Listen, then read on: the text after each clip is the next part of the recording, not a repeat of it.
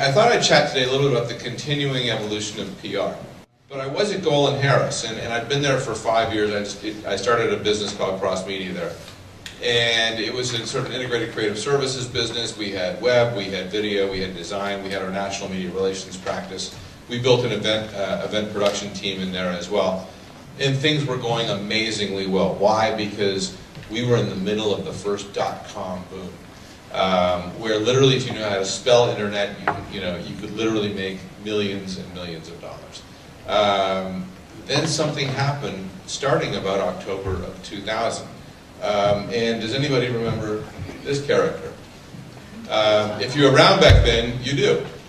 And this sock puppet for Pets.com has become sort of the symbol of everything that was bad about the first .com wave, because there was money being thrown after really bad ideas, frivolously, and things like the sock puppet came out. I left Golan in June of 2001, joined Edelman in September of 2001, happened to be 6 days after 9/11. And let me tell you, it's a lot of fun to go into an 80-story building 2 days after 9/11 and meet Richard Edelman for the first time, who, by the way, was stuck in Omaha on 9/11. And Richard is from New York, but he was down visiting the folks at ConAgra on 9/11, and he had to get to Chicago first and then ultimately drive back to New York. I think that the first sort of seminal moment that we saw was sort of the emergence of MySpace and the first social network back in early 2003 and into 2004. Then we had blogs take off with the 2004 presidential election campaign, and specifically the Deenies, and using blogs to raise money for the first time effectively online. Richard Edelman, who started blogging in October 2004 and still does blog, by the way, on a not all that regular basis, maybe once a week or so. Pete Blackshaw from IntelliSeek was there with me, and it was a blogging conference called the Blog Business Summit. And it was the most amazing thing. I remember hearing something that somebody said on stage, and I disagreed with it, and I sort of leaned over to Pete and I whispered in his ear, so that's full of it. And so Pete goes, well, then comment on it. So I, at this point, was not blogging. So I spent way too much time, putting 200 words together to comment on whatever I thought this person had said. Pressed publish or post or whatever it was on the platform.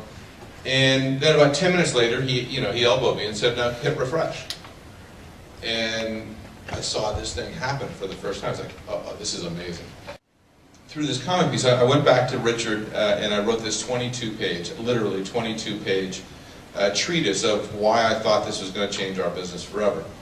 And he basically, being much shorter in words than I am, found the opportunity to say, well, then just do it, And it was really great because Edelman at the time was doing really well. So I was given the opportunity to go found this lab. We called it Me Too Revolution. But when I say changing the nature of our business, you have to think back to what PR was in 2005. And in many ways, by the way, what it still is today. Which is also really frightening, because I guarantee you that for the most part, not totally, but for the most part, it won't be like this in 5 years' time. Have you heard the expression pitch and pray?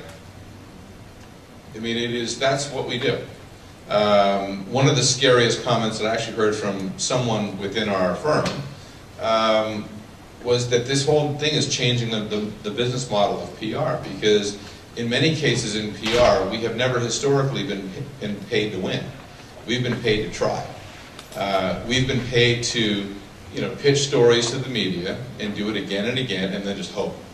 And we have no idea what they're writing. We have no control over what they're writing or reporting and so on. So that's the notion of pitch and pray.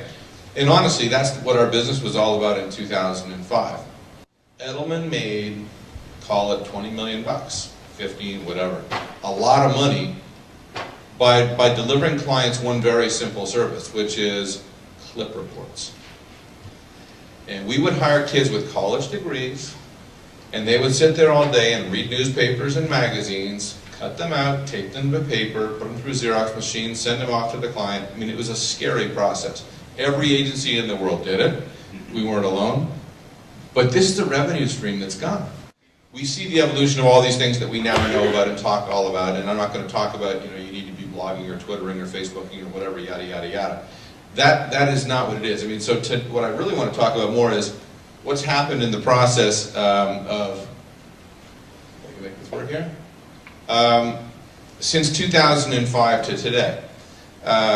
Because Richard made this very bold prediction that he wanted digital to be 15% of our fees firms by 2012. The specific numbers are just so you quickly see what happened, and a lot of this in the past year, again, in a recession. We went from basically $4 million in fees to $55 million, from 2% of the firm's fees to 12, to a staff of 300 plus people. But most importantly, and this is really important from the core PR perspective, that's the digital staff. We've also trained more than 2,000 people on our social media belt system, because increasingly we don't see the difference between digital and analog. It is just PR. And so the role of our digital staff today is servicing very large clients who are retaining us specifically for digital. In addition to that, keeping Edelman at the forefront by trying new and different things and by continuing to push the envelope out while transferring skills all the time to the core PR teams so that they become ever more competent in doing and sort of conducting PR in both online and offline, which is where I think we are today. So just a few statements that I think are trends that we're likely going to see happen on a go-forward basis. One, making a difference. Our entire business has been about broadcasting. It's been about controlled messaging. It's about delivering that through a channel. Making a difference to us means, and we have some IP, and I won't go into a lot of detail, called the Trust Barometer. It comes out every year. One of the things that we found is that the public doesn't trust government to solve its problems. The public doesn't trust business to solve its problems, but problems need to get solved. So the public is expecting business and government to work together to solve the world's problems. Now, whether it's plastic or whatever it happens to be, I think that the idea here is that how do we think about working with clients to actually take programs and engage in advancing social agendas, purpose-driven agendas that actually move their business ahead while actually addressing a real issue that needs to get solved. That's what public engagement really is all about. It's a sustained engagement across multiple stakeholder groups that help advance shared interests. So that's a concept we see taking hold and moving forward for the foreseeable future.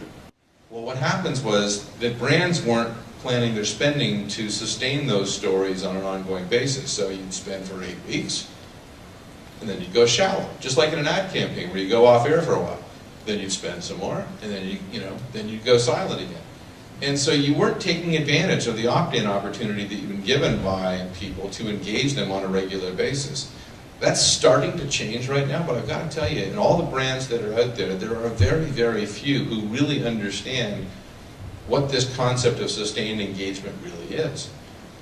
It poses massive challenges for us as a business and for them as marketers, because humans don't scale. And content, by definition, has to be authentic, and it has to be delivered to micro audiences, if not individuals, based on specific interests. So it's like, it's a huge challenge, but these compelling stories are key. And what we found is that the passion is one thing, and the entertainment is one thing, but engagement is actually, frankly, people are more engaged and tend to be more engaged when there is a purpose that's relevant to them attached to that. So it ties back into the public engagement piece. There is a massive, massive talent shortage out there. And it falls into roles like the role of the future community manager. Tell somebody you want to be a community manager and that you had an opportunity to engage and you know how to engage in social media, you will get a job. It is a huge, huge, high potential, high impact position, and everybody is looking for this right now. So just park that in your, in the back of your mind. It is absolutely essential, and there's not enough talent out there to find it. So what I'm really concerned about is as this shift occurs, okay, if we're 3,400 people on a global scale, and PR right now is only 5% of the mix. If PR doubles in size, we don't have the skill sets available to find those people fast enough, to ramp fast enough.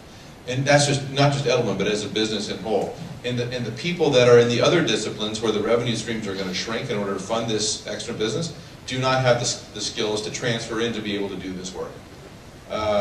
So there's this gap there that says we're going to have a massive, call it an engagement gap or whatever you want to call it, but the reality is there aren't enough people to get the work done that needs to get done. But it's all people who are fundamentally, or the vast majority of the firm, and the firms are made up of people who are generalists, and not necessarily the specialists that clients demand today. Because clients, if they're going to pay you the money to be an agency, to, and the value add that the value add that you need to provide is you are truly best of class in what they're looking to get. And so, amongst other things, rather than having a series of generalists on the team, it's who's the search guru on the team? Who's the best writer on the team? Who's the mathematician on the team that can get at the the analytics that I need to drive X, Y, and Z? Who's the anthropologist or the sociologist that knows this, this, this, this? Who's the MBA that knows how to really manage the job?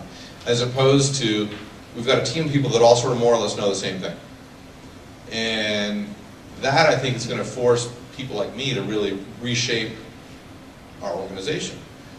Again, not going to happen overnight, but I think that the teams of the future, the businesses and the PR firms of the future are going to look a lot different than the PR firms today. We have to stop thinking about the tactic and we have to start thinking about the strategy. And in order to think about the strategy and to get that right, you've got to think about the business outcome that we're trying to drive. Which means we've got to spend more time focused on the business as opposed to the message. And really understanding what the client wants to achieve, and then help them do that through the appropriate strategy and then set of tactics. But then understand, if you know what the goal is up front, then you know what you can measure against, and then go off and then prove that at the back end. But we have to get good, and not good at, we have to master this notion of metrics, which means we have to really sort of all build that into our job accountabilities on a day-to-day basis. And that's something that falls on my shoulders and the shoulders of people that run every other firm and every other client organization out there. This is Dan, by the way, if you don't know what Dan Edelman looks like. He just turned 90 this summer, and I will tell you the one thing that he said and reminded us all to do is that it takes work. It takes a lot of hard work, and this is not going to come easily for any of us.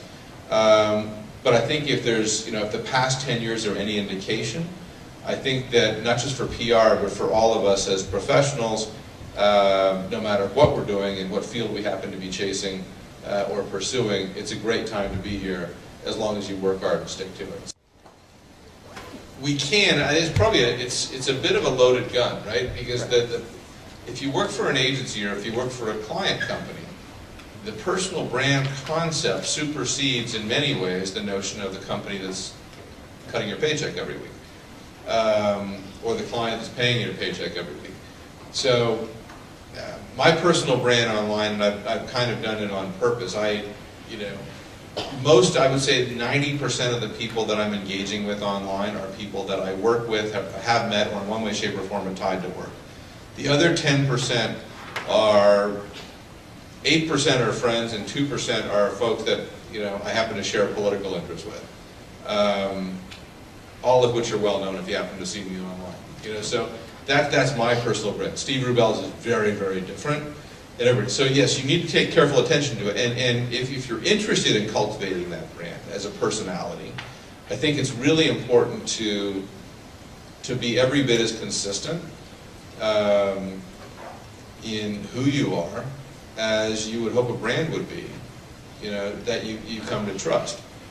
So what are you known for and what do you choose to do? And so you sort of veer too far off that, people sort of go, that's not who I thought it was, and then maybe you start to, it starts to get eroded a little bit.